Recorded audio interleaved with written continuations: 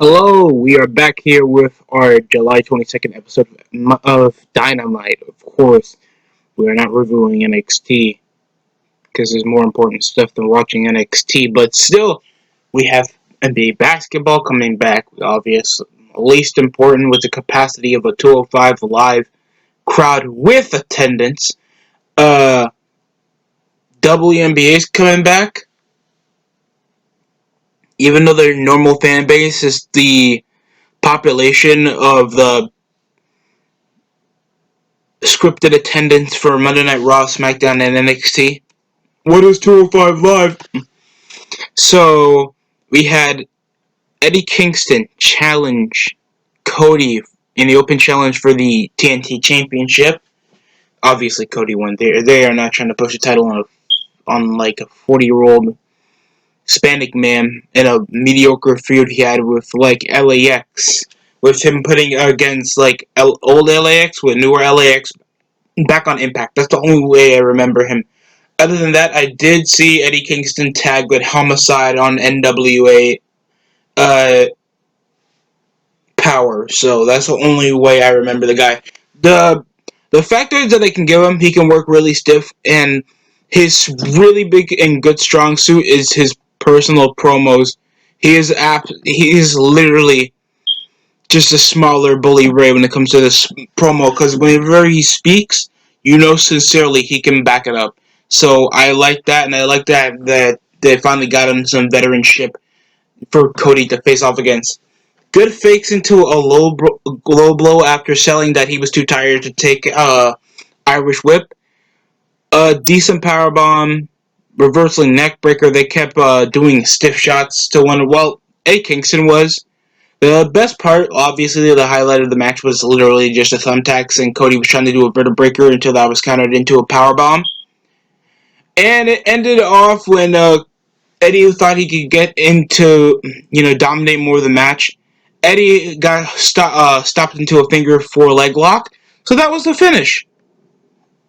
I didn't mind the match. It was an okay match, and at least change of pace from just Cody busting himself open for no reason into a match with freaking Jungle Boy. Uh, Decent overzealous finishes with the Crossroads, and then Cody comes back. Even though for a majority of the guys he faced, he has over a decade and a half, nearly a decade and a half of experience. And his best challenge was literally just Jake Hager. The match was fine. I liked the promo. I wish Eddie Kingston actually had. I think he's still a freelancing agent because unlike WWE, Eddie Kingston is literally an independent contractor, or WWE's expense a slave. Next up, we had Griff Garrison against MJF. I say it like that because that's how MJF does, and if you guys haven't seen any of my Dynamite reviews, you know I have a high regard for MJF. I think he's literally one of the best promos on Dynamite. Amazing pro wrestler, great charisma and heat, and he's only like 20. I think he's like 25, and the guy is doing this. Obviously, he'll constantly gloat that he's doing this before he even reaches his prime, and he already has this highest dude skill that barely anybody in their prime or back then had, or even peaked until like latter parts of their career. And he came around disrespecting uh, Griff Garrison, disrespecting why he's, I think it's AC champion or something, disrespecting Griff Garrison's collegiate history, and it was so funny. Even in the middle of the match, he was just stomping and just calling that he was undefeated because Griff Garrison did talk after his tag team loss with Wardlow back at, I think, Fyter Fest. He did lose that tag team match, but it still counted him as not undefeated because I think Wardlow got pinned.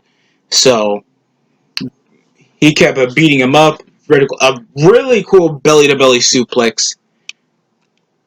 I think it ended off really vicious abdominal stretch for the. No, it ended off a pilot driver. I remember. Basic heat magnet thing. I'm really concerned because this guy's been in a notable feud. He had a great back and forth promo with Jericho. The guy's proven to beat Cody clean. And over the little interaction he had with Wardlow, he was willing to be TNT champion at all costs. So hopefully, come I think Sold Out. No, what do they call it again? All Out. The next pay per view comes September. Hopefully, they do more to push MJF more into the TNT title scene, because I need to see this guy hold the championship. It's just gonna bring more eyes on him. It's obviously off his heat, his charisma, and his youth that's going to contact over to outside of viewers, especially thinks Cody isn't that charismatic.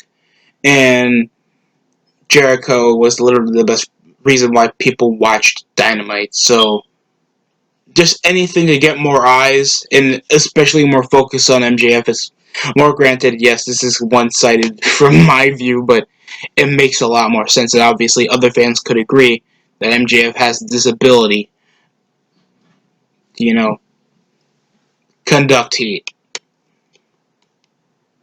Next up, we had a Falls Count Anywhere match. And what would you do? Go to, a kitchen. So Young Bucks came challenging Butcher and Blade into a match before they could even get dressed. As soon as I guess they were preparing meat or something, because they're the Butcher and Blade and all that stuff. And just these guys look like rapists. I'm sorry, bro. These guys must be really nice people, but these guys look like sex offenders to a T. The match was fine. Ended up, it got better off the in-ring aspect. I mean, the best thing I saw was literally Butcher pushing Blade into a cart and it missed and it hits a pillar, and Blade got struck in the face. Blade also got super kicked into an escalator and got risen up. I don't think they even pushed it to going upstairs. Suplex on top of the table. I think this was back in the kitchen. It got better when they were in ring because they had a lot more stuff to use instead of always the most consistent spot, just tossing a dude into the freezer. No Matt Hardy tonight, if you guys understand that reference. There was only one spot that concerned me, and that was a running senton from Blade when he was playing to try to hit one of the Young Bucks, and he missed the table entirely. So if they think they were planning to hit the table, Blade hit the freaking steel barricade and floor real hard, and it just felt too risque. I didn't even know what was the point of this match other than the Butcher and Blade been messing around with FTR. That was about it.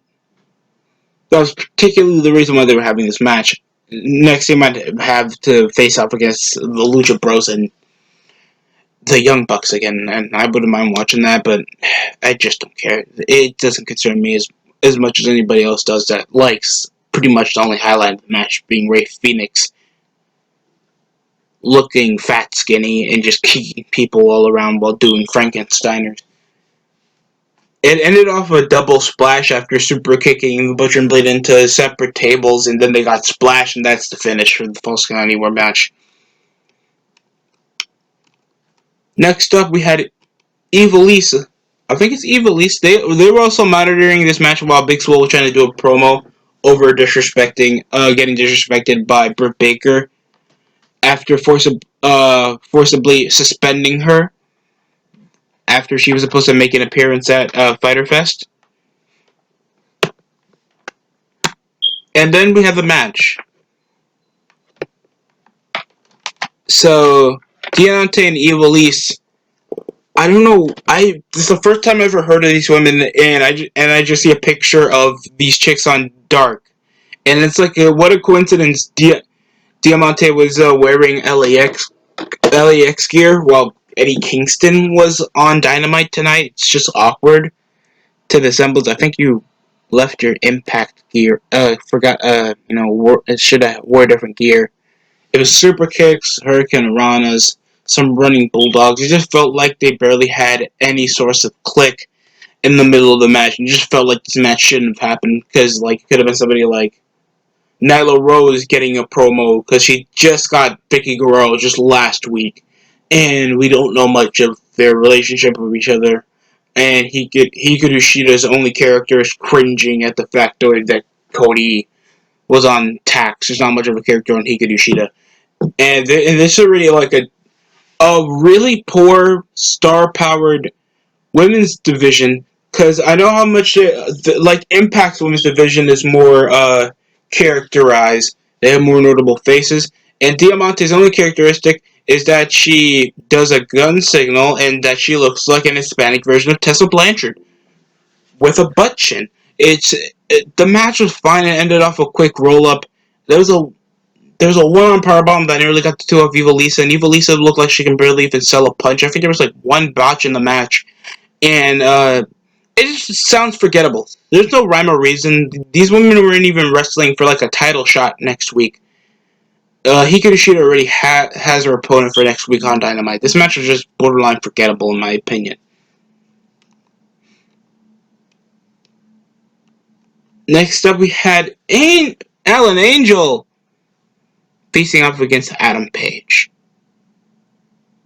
Who you think won this match? Okay, it was Adam Page. There was like no reason for this match to exist other than bring some source of conflict into the Dark Order, because they were feuding for the last several months with SCU, and then they just go up to the Elite.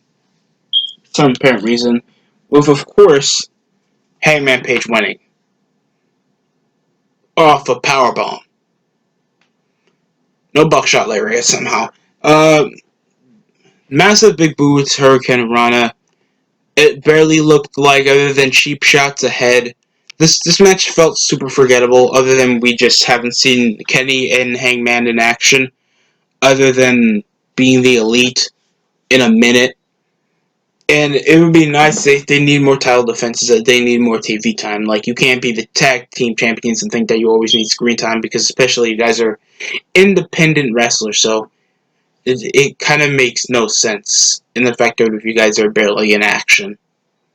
I know it's the middle of a pandemic and you guys have a choice to stay home, but especially for the champions, they should really have more of a dedication to being on television.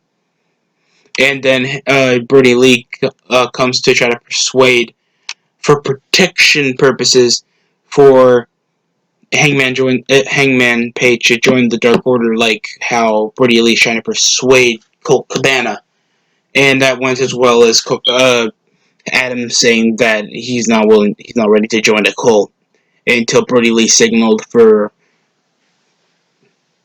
Stu Grayson and Evil Uno and the rest of the three jobbers out of 10. John Silver, I think Alex Reynolds. I remember their names because God, I have to look up their names. Oh yeah, that's about it.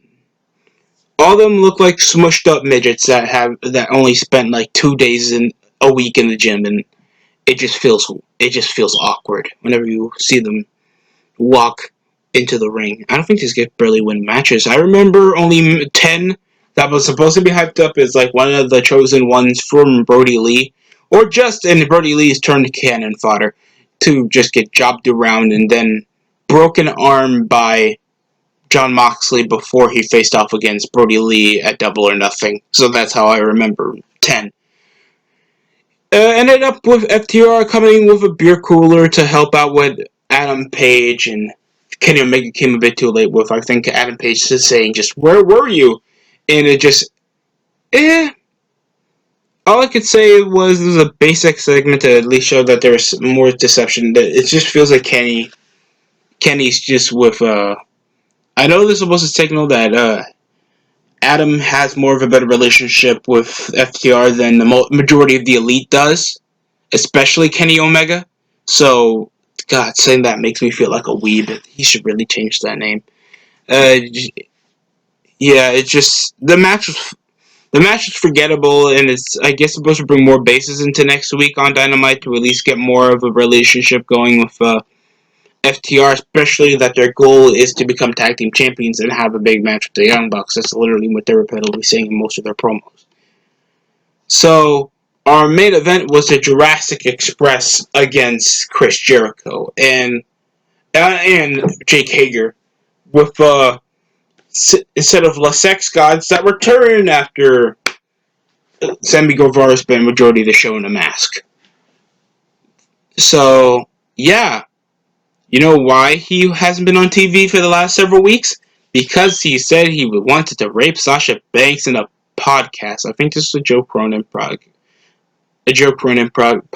from years ago. I think 2016 or something, or some other show. I don't want to put Joe Cronin under the bus or some shit like that.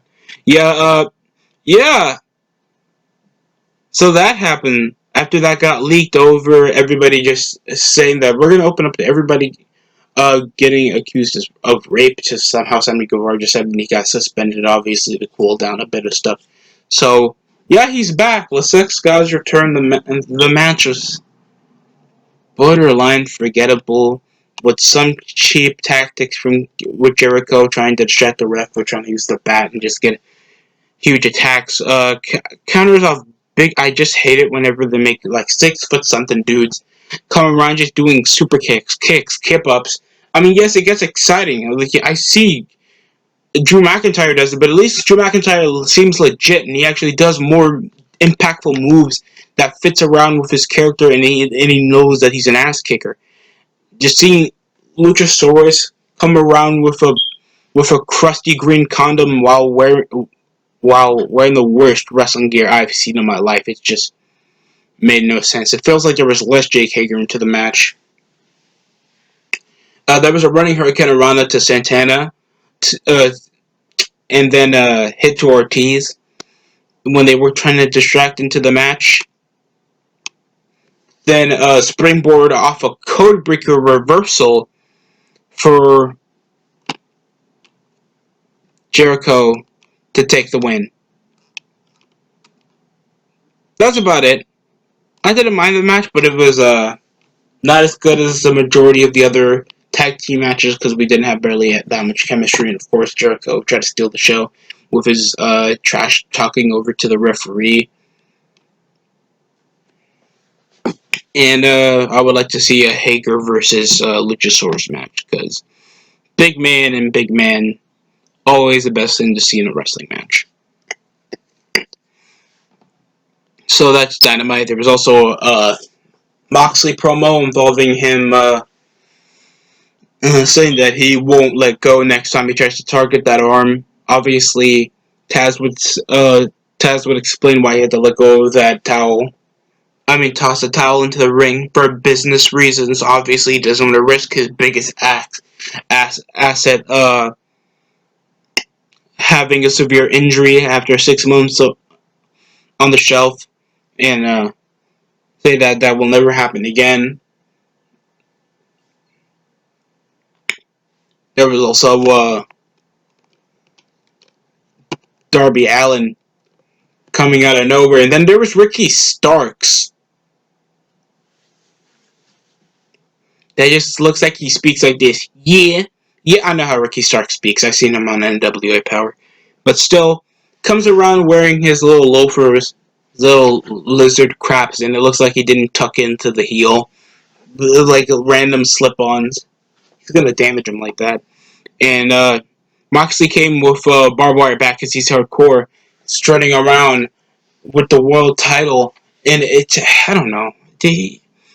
I feel like he's still more legit, not because he has a longer title reign, because he actually treated as more of an ass kicker. He's not with hot dogs. He's not jumping around trying to chase Hornswoggle. He's not losing to nearly every other mid-carder. He's treated as a legit top guy. And I can at least respect AEW for treating WWE jobbers at least like they're some legitimate ass kicker that can actually beat up a person in real life. I mean, take Moxley steroids, and I allow that in this point in time. So, of course,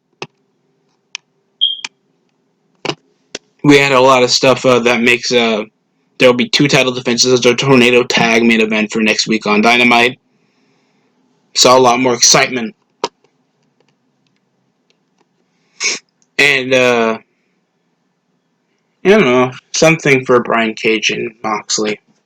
I just want to see MJF be put in the bigger card and at least something, because I heard there will be a tag team tournament for the women's division. And hopefully this at least gets something out of the map, because I thought like a lot more stuff for the women's division was going to be bigger until I heard that Nyla Rose was trans, and there was barely going to be any awesome calling in the middle of the show, and Brandy Rose does nothing. I swear to God, nothing to make this bit better. So, yeah, I'll give the show I'll give it like a 7 for this week. Watchable show. I liked most of the promos. Moxley had a menacing promo. Eddie Kingston had a really great promo. I think the weakest match was Evil East versus Diamante. It didn't really tell much of a story and had something to do with Dark, like anybody keeps up with Dark. And, yeah, just foreshadow a lot. There was a lot of entertaining matches. I liked the match opener. I liked the tag team match. I liked the tag team match involving the Butcher and Blade, and just felt right. MJF had a really entertaining match and promo with Griff Garrison. And the main event was signed to return Sammy Guevara. That's my opinion. You think down below. This is literally the only reviews of wrestling that doesn't make me lose a gasket next to NWA Power. I'm a little late to the party because I did promise, I think, on a swerve that I would try to do a review of Slammiversary. I might just do it in a later date, whenever I feel like it, because Impact isn't a lot on my radar until I see a lot more important stuff. I mean, yes, it's great to see EC3 beating up Moose for a title that's not even useful anymore, and of course, Eric Young given a program probably with Eddie Edwards. But it's just not that much in my particular radar. But that's it coming from me. That's it. Thanks for watching. Like, comment, subscribe. Thanks for watching the DST show.